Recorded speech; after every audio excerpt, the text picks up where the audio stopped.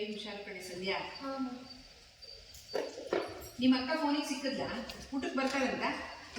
Hotel ಏನೋ ಕೆಲಸ ಇದೆಯಂತೆ, ಬರೋಕ್ಕೆ ಸ್ವಲ್ಪ ತಡ ಆಗುತ್ತೆ.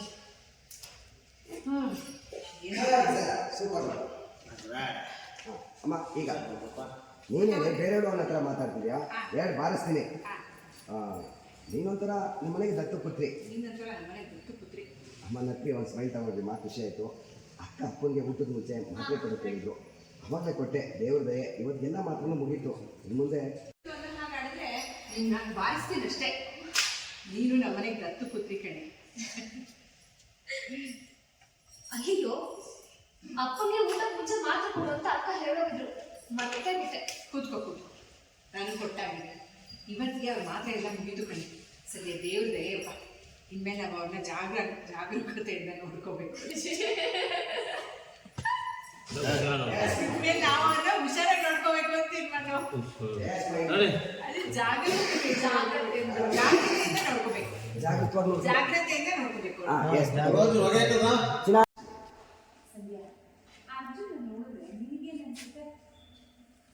ನನಗೂ ಹಾಗೆ ಅನ್ಸುತ್ತಮ್ಮ. ಈ ಕೇಸ್ ವಿಷಯದಲ್ಲಿ ಅವ್ರು ನನ್ನ ಜೊತೆಯಾಗಿ ನಿಲ್ತಾರೆ ಅಂತ ನಾನು ಅನ್ಕೊಂಡೇ ಇರಲಿಲ್ಲ. ಬೇರೆ ಕಷ್ಟಕ್ಕೆ ಹೆಗ್ಲಾಗ್ತಾರೆ.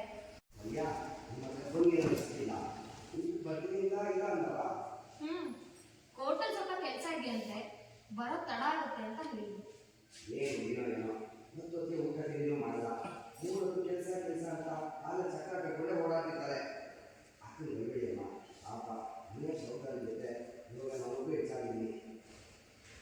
ಅಕ್ಕಂಗೆ ಬೈಬೇಡಿ ಅಮ್ಮ, ಇರೋ ಜವಾಬ್ದಾರಿಗಳ ಜೊತೆ ನಾನೊಬ್ಬರು ಹೆಚ್ಚಾಗಿದ್ದೀನಿ.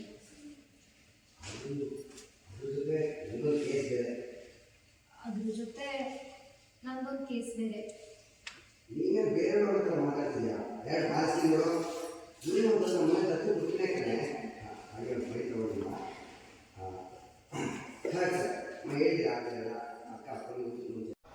ಅಕ್ಕ ಇದಕ್ಕೆಲ್ಲ ಬುದ್ಧಿ ಬಂದಿಸಿದ್ರು.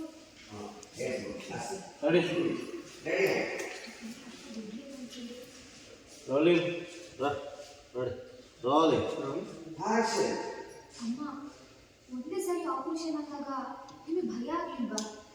ಆಪರೇಷನ್ನು, ಆಸ್ಪತ್ರೆ, ಔಷಧಿ ಇದಕ್ಕೆಲ್ಲ ಅಕ್ಕ ದುಡ್ಡು ಹೇಗೆ ಹೊಂದಿಸಿದ್ರು?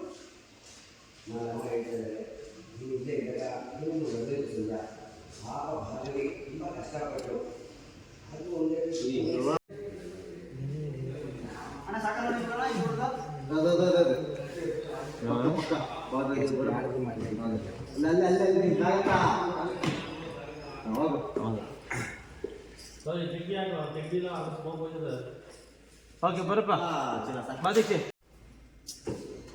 ಆಕ್ಷನ್.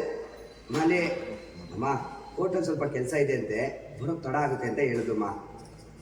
ಏನು ಹುಡುಗಿನೋ ಏನು, ಹೊತ್ತು ಗೊತ್ತು ಊಟ ತಿಂಡಿನೂ ಮಾಡಲ್ಲ. ಕೆಲಸ ಅಂತ ಕಾಲಿಗೆ ಚಕ್ರ ಕಟ್ಕೊಂಡಿರೋ ಥರ ಓಡ್ತಾನೇ ಇರ್ತಾಳೆ. ಅಕ್ಕಂಗೆ ಬೈಬೇಡಿ ಅಮ್ಮ, ಪಾಪ ಮನೆಯವ್ರ ಜವಾಬ್ದಾರಿ ಜೊತೆ ಇವಾಗ ನಾನೊಬ್ಳು ಹೆಚ್ಚಾಗಿದ್ದೀನಿ. ಅದ್ರ ಜೊತೆ ನಂದೊಂದು ಕೇಸ್ ಬೇರೆ. ನೀನೇನೋ ಬೇರೆಯವಳು ಅನ್ನೋ ಥರ ಮಾತಾಡಿದ್ರೆ ಎರಡು ಬಾರಿಸ್ತೀನಿ. ನೀನೊಂಥರ ನಮ್ಮ ಮನೆಗೆ ದತ್ತು ಪುತ್ರಿ. ನೀನೇನೋ ಬೇರೆಯವಳು ಅನ್ನೋ ಥರ ಮಾತಾಡಿದ್ರೆ ಎರಡು ಬಾರಿಸ್ತೀನಿ ನೋಡು. ಕಡ್ಡಿ ಇತ್ತಮ್ಮ,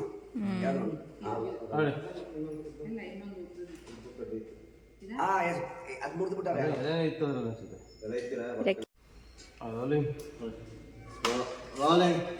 ಆಕ್ಷನ್. ನೀನೇನೋ ಬೇರೆಯವಳು ಅನ್ನೋ ಥರ ಮಾತಾಡಿದ್ರೆ ಸರಿಯಾಗಿ ನಾನು ಬಾರಿಸ್ತೀನಿ ನೋಡು. ನೀನು ನಮ್ಮನೆಗೆ ದತ್ತು ಪುತ್ರಿ ಇಲ್ಲ ಕಣೆ. ಹಾಗೆ ಸ್ಮೈಲ್ ಮಾಡ್ತಾ ಹೇಳಿದ್ರಮ್ಮ. ಖಾಟ್ ಸರ್ ಅಮ್ಮ, ಈಗ ಇಷ್ಟೆಲ್ಲ ನಡೆಯೋದು ಪಾಪನ ಮಾಡಿದ್ರು, ಎಷ್ಟು ಕಷ್ಟಪಟ್ಟರು. ಅಲ್ಲ, ಅದೇನಾದರೂ 5,000 10,000 ನಡೆದು 1 ಲಕ್ಷ ರೂಪಾಯಿ ಬಂದಿದೆ. ಈ ತಕ್ಷಣ ನನಗೆ ಆಕಾಶದಿಂದ ತಲೆಗೆ ಹೋಯ್ತು ಅನ್ನೋವಾಗಾಯ್ತು. ಎಲ್ಲ ಬಾಗಿಲು ಮುಚ್ಚೆ ಹೋಯ್ತು ಅಂದ್ಕೊಂಡ್ಬಿಟ್ಟೆ. ಅಷ್ಟರಲ್ಲಿ ನಮ್ಮ ಬಾಗಿಲಿ ಫ್ರೆಂಡ್ ಇದನ್ನೆಲ್ಲ ಅರ್ಜುನು, ಪಾಪ ಆ ಹುಡುಗ ಬಂದು ನಮಗೆ ಸಹಾಯ ಮಾಡ.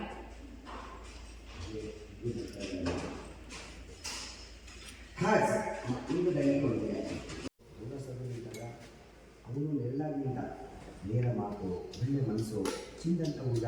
ನಮ್ಮ ಭಾಗವಿಗೆ ಅಂಥದ್ದೇ ಹುಡುಗ ಸಿಗಲಿ ಅಂತ ಅನಿಸುತ್ತೆ ಕಡೆ. ಅರ್ಜುನ ನೋಡಿದ್ರೆ ಯಾರು ತಾನೇ ಇಷ್ಟಪಡೋದು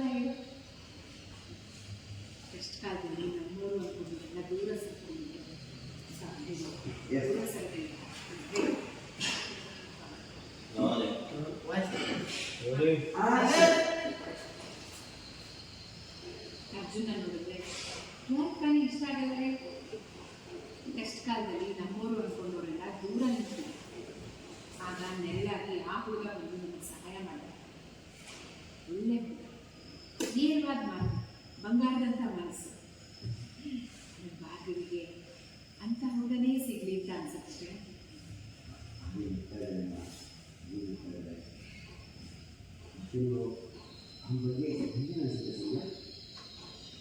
ಸಂಧ್ಯಾ, ಅವನ ಬಗ್ಗೆ ನಿಮ್ಗೇನು ಅನ್ಸುತ್ತೆ?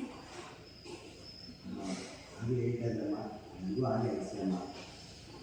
ಈ ಕೇಸಲ್ಲಿ ನನ್ನ ಪರವಾಗಿದ್ದು ಸಹಾಯ ಮಾಡ್ತಾರೆ ಅಂತ ನಾನು ಅನ್ಕೊಂಡೇ ಇಲ್ಲ.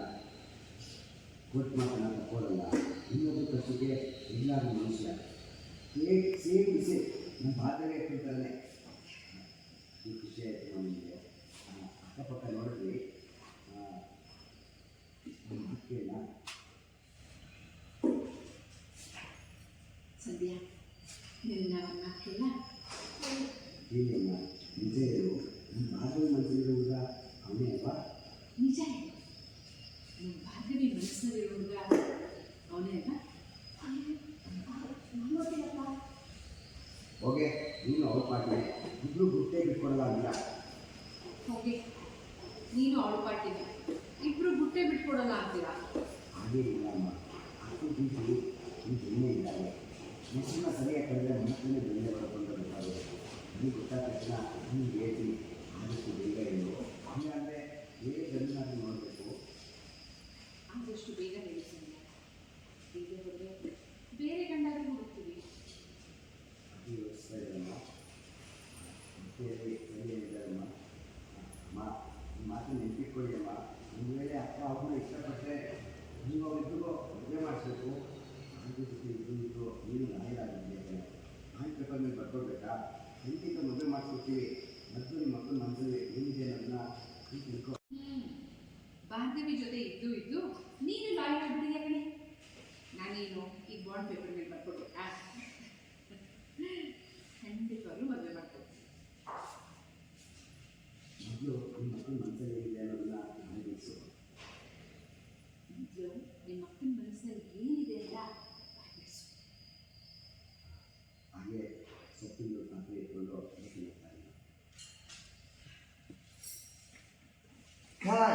ಓಕೆ, ನೆಕ್ಸ್ಟ್ ನಾ ನೆಕ್ಸ್ಟ್